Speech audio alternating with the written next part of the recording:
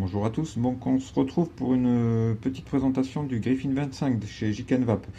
Griffin 25, il existe le Griffin 25 mini, qui est un peu moins gros quoi, voilà.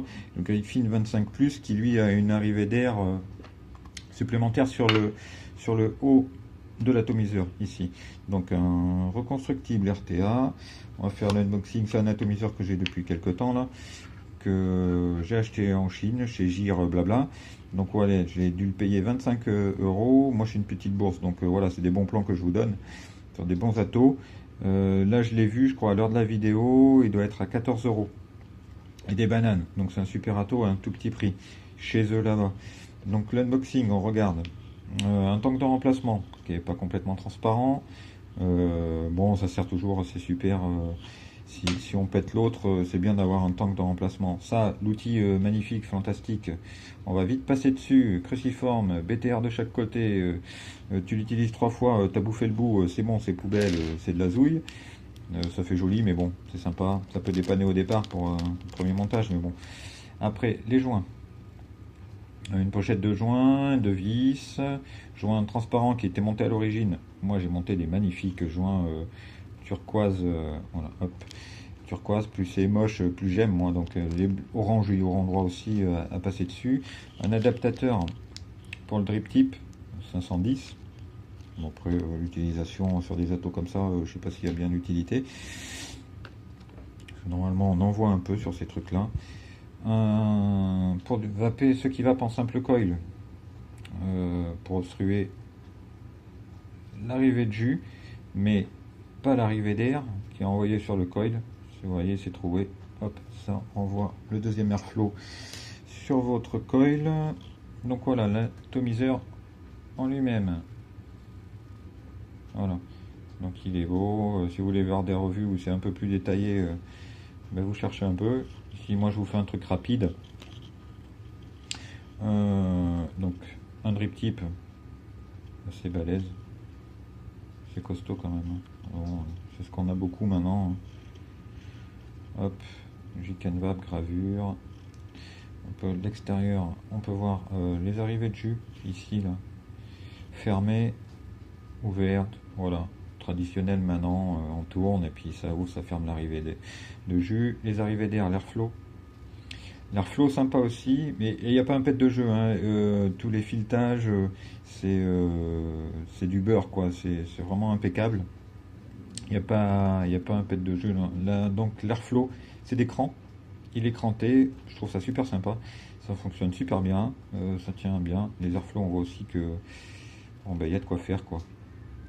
Ça, il y a les deux arrivées. On va démonter, comme ça vous allez voir l'intérieur.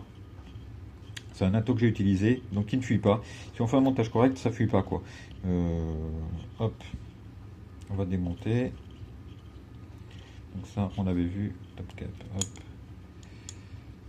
Miner, hop. Les trous de remplissage énormes. Voilà. Le joint. Truc. On va mettre ça ici. Le tank, monté d'origine.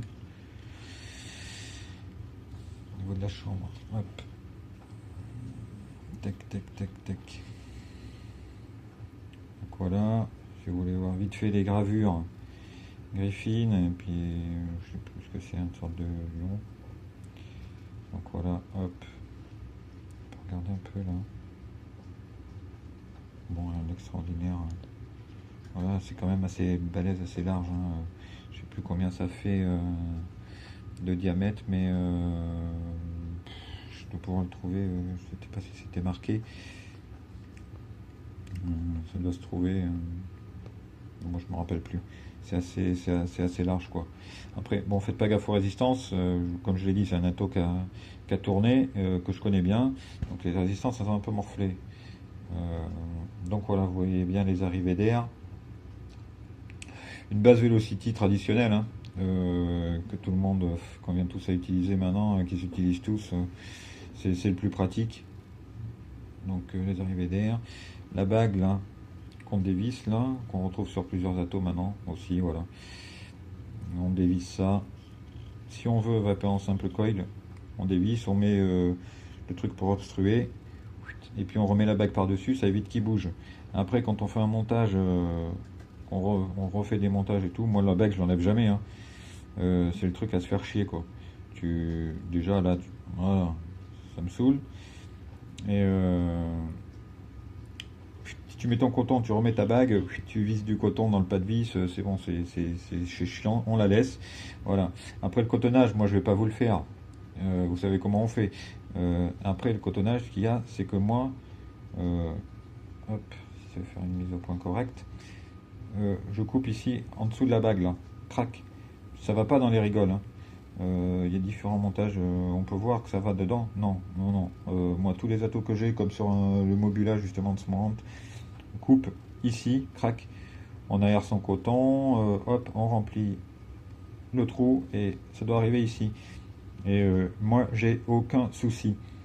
Pas de fuite. Pas de fuite. Il y a une raison aussi au niveau du remplissage. Moi, je fais comme ça maintenant. J'utilise tout mon jus, je le vape tout mon jus, je suis presque en limite de dry heat à la fin. Et je ferme mes arrivées de jus, je remplis. Quand on remplit, je vais vous montrer quand même avec la cloche. C'est pas terrible, hein. La cloche, on voit rien, c'est moche, je vais pas la laisser. Voilà, bon. Donc quand on remplit, il y a une pressurisation qui se fait. Et si le coton est encore imbibé, bien imbibé, je pense que ça force un peu et puis qu'on arrive à avoir des fuites. Donc moi, je consomme bien tout mon jus. Limite, bon, elle n'est pas jusqu'au traïd pour pas vous cramer la gueule quand même, on n'est pas complètement idiot. Mais quand on voit que hop, on arrive un peu au tirage du coton, on stoppe et puis on remplit, on ferme, on rehausse les arrivées de jus.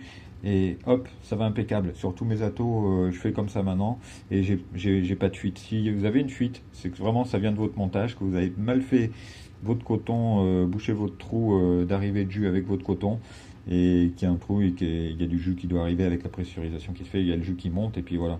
Mais sinon, que le coton, quand le coton est usé, a vécu un peu, ça peut arriver aussi.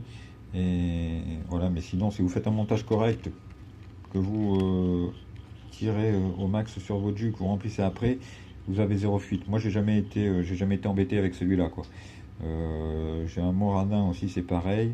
Sur le Mobula, ouais, j'ai eu quelques galères au départ, mais je faisais pas comme ça. Donc voilà. Donc ce Griffin 25, eh ben, moi je vous le conseille. C'est un super ato, à un tarif super raisonnable. Moi sur la chaîne je présenterai que des atos sur lesquels j'ai vapé un bon moment pour connaître leurs plus et leurs moins. Et celui-là, des moins, j'en ai pas. Pour le moment, j'en ai pas trouvé, quoi. C'est vraiment le truc que je vous conseille. Bon, ben voilà, je vous souhaite à tous une bonne vape. Merci de m'avoir regardé sur cette première vidéo. Et j'espère qu'on se retrouvera bientôt. Allez, à plus.